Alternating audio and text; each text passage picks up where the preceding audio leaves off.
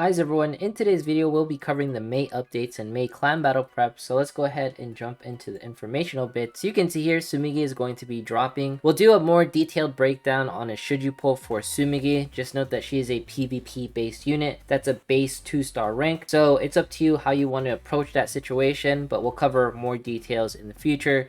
New furniture is also going to be available. This is going to be the idle drop of furniture. I think I'm going to like it quite a bit so that, you know, all of our waifus can start singing and performing concerts and whatnot. I think this is like a fantastic feature, and I always like the creativity and pixel art that pretty much comes from the furniture, alright? May Clan Battle is also going to be appearing, and lo and behold, the best event, the best time to play Princess Connect in my opinion, outside of, you know, free rolls, is going to be normal 2x drop. Anyways, this is going to be hard quest 2x drop. And then if you go here into Ken of NZ's site, you can see here all of the different updates for everything. If you scroll down lower, it's also going to be showing the 2x normal and whatnot. So I always like to reference this, right? So speaking of all this stuff, let's go ahead and cover the clan battle prep. Now, when it comes to this, these are the units that I'm going to be raising: Makoto, Kaori, Ilya, Mitsuki, Shuri. Now, some of the units that I'm going to be raising, I'm raising them a certain way. So go ahead and show you what I'm talking about, alright? So Makoto is one of the first characters that I wanted to raise. Yes, I have the armor piece. I'm not going to equip it. That's the part that I want us to notate. I want us equip the important gear for the characters specifically for lap 1. So if we go into Kaori, she only has her sun amulet as well. I'll equip the azure robe when she needs the tankiness for lap 2. And then for Mitsuki, I am running the same approach where she's only wearing the shield, and I'll pick up the lunar bracelet when she needs more defenses, alright? Lap 1 is a very different situation from lap 2. If you're wondering what I'm talking about, here's going to be Andu Krandu's site. Now, this is reference to JP. This is not like the EN side, so if you're wondering why are the names in like a different language and whatnot, this was an update right here. If you click it, you can actually change the data source from EN, but now you can see it, alright? So the reason why that's so important to me is because this will allow you to actually see even more clan battles in the future. You can't really see it, but I can jump to like clan battle 6, which is going to be the next one, or clan battle 5, or clan battle 4. Well, technically the next one's going to be clan battle 5, but we're on clan battle 4 right now. Check out Andu Krandu's, you know, updated sites, and of course credits to Ken of NZ. Absolutely amazing community, always updating everything. But now we can see every single boss in the future. There's plenty of sites that do this, but I just feel like Precalc is definitely the one that I like to check out. The biggest things is everyone has the same defenses across the board on the first lap, except for the unicorn, who has 220 defense physical wise, and then the crab of course having 135 magical, which is the reason why Ilya and the magic comp is going to be so viable. So on lap 2, Wyvern, Oric, and Crab will have physical defense, and then Griffin and Unicorn will have magical defense. So the only real like magic team that you should be running is on Crab. I've showcased this before. These comps right here, like the ones you're seeing for Wyvern comp and below, this is all thanks to Ristia, so make sure to check them out. You know, Ristia is an awesome, amazing person for constantly giving us very valuable information. And here are all the different comps showing you what characters that you should be building in case you want to do these specific comps. I believe this one's going to be the premier team. Some folks were like, you might want to run Kaori in one of these teams.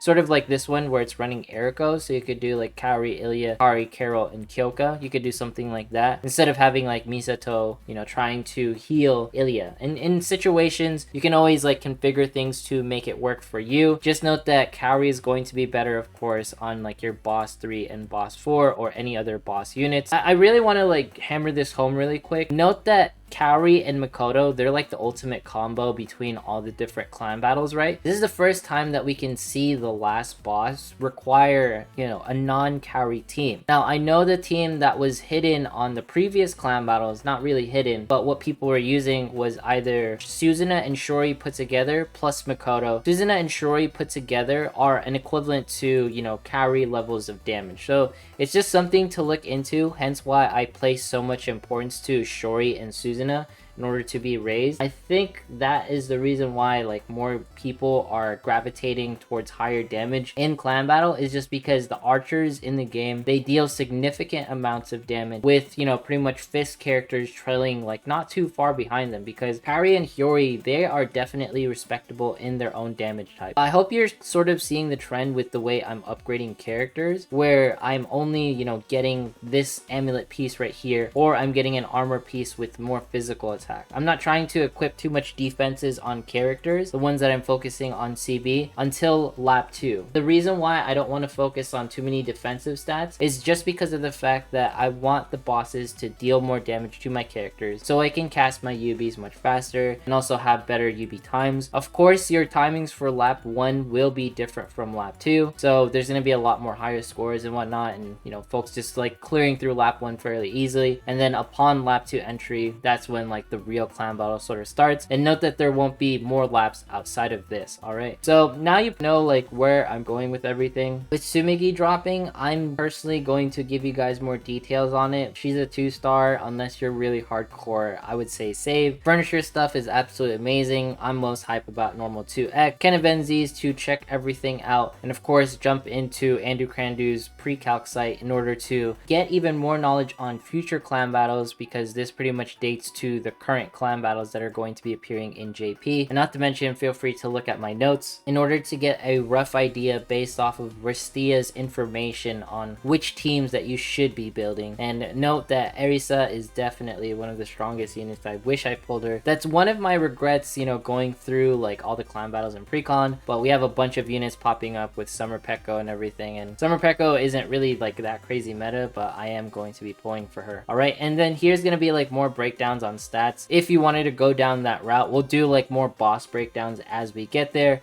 But for now, this is what I wanted to focus on, where we're talking about like what's the clan battle prep that I'm doing, which units am I raising, and what's sort of my mindset where I'm having them have lower defense so that they can get more TP when they're hit. All right, so let's go ahead and jump into some PvP as we always do and find something that can be sort of beatable. All right, let's go ahead and fight this team because this is the classic Tamaki stall, and usually these are just the ones that I enjoy fighting because all the Ilya Ninon comps, there's like a thing, right? In PvP, if you go too far high up, you'll get chain stomped down by like other people. There's sort of like a hierarchy, at least in like my bracket in particular that I've noticed. So if your brackets aren't as organized, not as crazy, feel free to like try to keep top 10. But what I've been noticing is that my bracket specifically, everyone's very competitive in keeping the top ranks, especially right before reset. Right now, one of the things that I also wanted to cover when it comes to like clan battle prep and everything is that Crab Boss, if you cannot create a magic team in order to tackle him, like you don't have like the Ilyas and all that, you don't have Kyokas, don't worry about it too much. You can still run like, you know, the double archer comp. Double archer is going to be fine.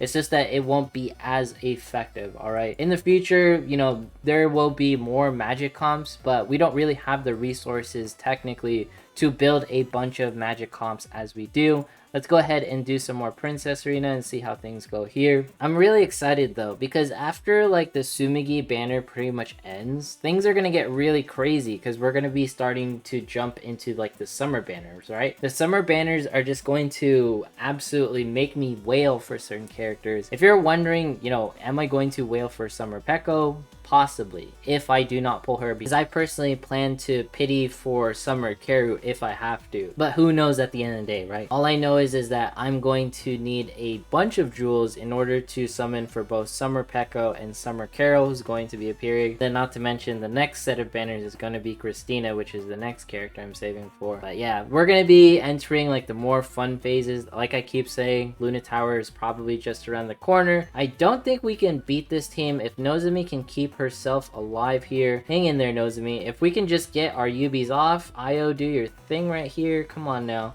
Alright, that's pretty good right there. Ilya, do your thing, cast a skill. Nope, we're done though. And the final team, I'm not sure what the team is. It's probably going to be some sort of Reno comp. That's usually like all these like Princess Arena teams. Look at that. There's the Reno comp like I pretty much talked about. The one thing that I dislike about the Archer crew is that they are so squishy. So you definitely need to raise them and love them and have them at 5-star in order for them to be more viable in PvP situations. Obviously in clan battle, your archers, they don't have to be at 4-star or 5-star. They can remain at 3-star and still be functional. At the end of the day, stars are more for bulkiness and not for power, right? That has been the message for every single time we cover stars. So if you're wondering in clan battle when it's going to be appearing, do stars really like heavily dictate what's going to be appearing score wise? Yes, because of the fact that their units survive. It's not because of the attack pair that's flowing through the team, because the important bits with like clan battle and all the different like bosses and stuff is that they can run more aggro based teams. So what I'm talking about is they can run Kaori as a face tank, right? Or they don't have to run like June or what have you in order to complete all the different bosses, because one of the best ways to tackle a boss is to not run a tank. That's what happens in the future, and that's what most clans in the high-end teams try to avoid, is running a tank in general, because they know tanks don't deal that much damage. That's like the mindset that some folks have when jumping into future clan battles. We won't be doing that anytime soon. Anyways, if you made it this far in today's video, consider subscribing, dropping a like, leaving a comment, follow me on Twitch, follow me on Twitter. Once we hit 20,000 subs, we'll be doing a giveaway. Thanks so much for watching. Have yourself a fantastic day, and I will see you in the next one.